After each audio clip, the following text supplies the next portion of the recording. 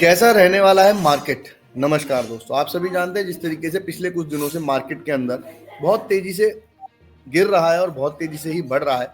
उसके बाद कल कैसा रहने वाला है मार्केट, इन्हीं सब बातों के लिए बात करने के लिए आरती जी हमारे साथ जुड़ गई हैं। नमस्कार आरती जी, आपका पब्लिक वॉइस K2K पे बहुत बहुत स्वागत। मैडम, क्या लगता है कि किस तरीके से मार्केट रहने वाला है आने वाले दिनों में?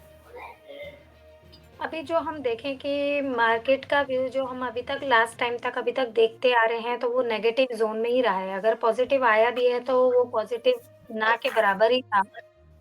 तो अभी जो मार्केट हमें शो कर रहा है, वो अभी पॉज़िटिव मोड में नहीं कर रहा है। लग रहा है कि मार्केट अभी फिर और नीचे की तरफ जाता हुआ लग रहा है, जो कि अभी हमने बोला था कि 23,000 का लेवल जो हमने दिया था, वो अगर वो भी 23,000 का लेवल तोड़ देता है वहाँ से इसका, तो वो उसके बाद इससे मार्केट नीचे जाता हुआ फिर से लग रहा है कि 23,100 तक का हम लोगों ने दे चुके हैं लेवल। 23,000 से 23,100 तो 500 तो वो लग ही चुका है, जो हम सेकंड लेवल दिया था हमने 800 के बाद।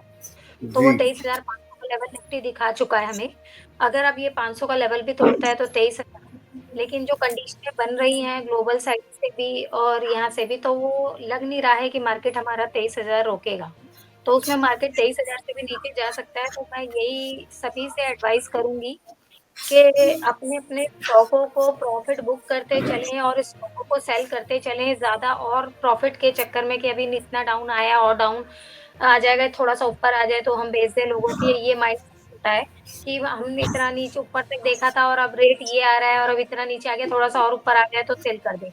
तो उस भ्रम में ना रहें, मार्केट में अपने स्टॉकों को सेल करते रहें, क्योंकि मार्केट आगे और ज़्यादा रिस्की हो सकता है, तो आपको और टाइम भी रुकना पड़ सकता है।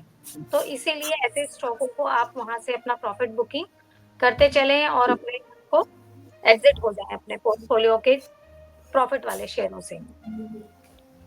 मैडम, जिस तरीके से आपने बताया कि अगर आपके पोर्टफोलियो में कोई शेयर प्रॉफिट दे रहा है तो एग्जिट आप कर लें, लेकिन अगर हम बात करें इंट्राडे की, तो मार्केट के अंदर अपॉर्चुनिटी उनके लिए बनी हुई है कि जो अगर आप कहें कि मार्केट डाउन जाएगा तो वो शॉर्ट सेल से भी अपने पैसे को बढ़ा सकते हैं। तो किन बातों का ध्यान उन्हें रखना चाहिए जिससे कि उनके पैसे में बढ़त हो, घटत ना हो?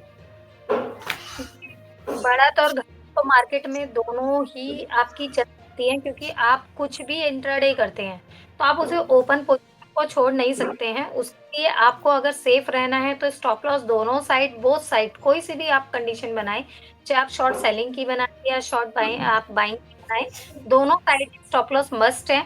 अगर स्टॉप लॉस नहीं लगाएँगे तो आप वन साइडेड, जिस तरह का मार्केट है, शॉर्ट कवरिंग कर जाता है। अगर आपने सेल करके चले हैं और मार्केट सेम डे में ही शाम तक शॉर्ट कवरिंग कर गया, तो आपका लॉस ज़्यादा हो सकता है। तो उसी कंडीशन में आपको बाइंग की साइड पर आपको बने रहना होगा। अगर स्टॉप लॉस के साथ अगर आप कर रहे हैं, बाइंग कर रहे हैं, तो आपको बाइंग के लिए भी अपना जो स्टॉप लॉस है वो मेंटेन ज़रूर करें, क्योंकि मार्केट कभी भी सेम डे में वन साइडेड होकर आपको लॉस दे सकता है, चाहे वो शॉर्ट हो चाहे प्लस हो। तो मैं सबसे यही ज़रूर कहूँगी कि इंट्राडे विदाउट स्टॉप लॉस कोई भी एंट्री ना करे। जिस तरीके से पूरा मार्केट मूव कर रहा है, तो कोई पर्टिकुलर इंडस्ट्री जो आप सजेस्ट कर सकते हैं? देखिए, अभी जैसे कि हमारे पास अभी वारे जो आया था, अभी आपका आईपीओ आया था वारे का, तो आप चाहें तो वारे का आईपीओ और का केएनआर का आईपीओ आया था, तो आप इसमें अपनी बाइंग बना सकते हैं, क्योंकि ये एनर्जी लेवल के हैं, तो ये आपको शायद ये भी, तब भी मैं यही कहूँगी कि आप इसको थोड़ा-सा देखकर बाइंग करें। ऐसा ना हो कि बाइंग हम सजेस्ट कर रहे हैं, तो ओवरलोडेड आप इसके अंदर बाइंग कर लें, ओवरबॉट कर लें। तो इसके अंदर भी थोड़ी-थोड़ी आप बाइंग बना सकते हो, जो आपको आगे के लिए प्रॉफ़िट में आपको रेश्यो दे सकती हैं। आपके पोर्टफ़ोलियो में थोड़ा कहीं न कहीं आपको सपोर्ट दे सकते हैं। वो कहते हैं जैसे डूबे हुए को तिनके का तारा, वो काम आपके लिए हो सकता है। लेकिन बहुत ज़्यादा लॉन्ग टर्म के लिए मैं नहीं कहूँगी कि बहुत ज़्यादा लॉन्ग टर्म के लिए रखें, थोड़े-थोड़े उन्हें लेते रहिए। आगे चल के आपको वो प्रॉफ़िट दे सकते हैं, लेकिन जहाँ मिलता रहे वो निकालते रहिए, क्योंकि ओला वाली कंडीशन ना आ जाए। जैसे ओला में लोगों ने यही करा कि नीचे आ रहा था तब उसे छोड़ दिया, और जब उसने बढ़ना शुरू करा तो वहाँ से ट्रैप, एक तरीके से स्टॉक का ट्रैप था, जो कि ट्रैप में लोग फँसे हैं और ऊपर से 128, 130 की रेंज में फँसे हैं, जो अब तक निकल नहीं पाए हैं।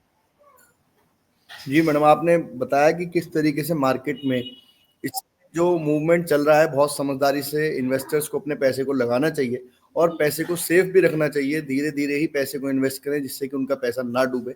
आज आप हमारे साथ जुड़े, आपने हमारे व्यूअर्स को, हमारे इन्वेस्टर्स को बताया। आपका बहुत बहुत धन्यवाद। धन्यवाद।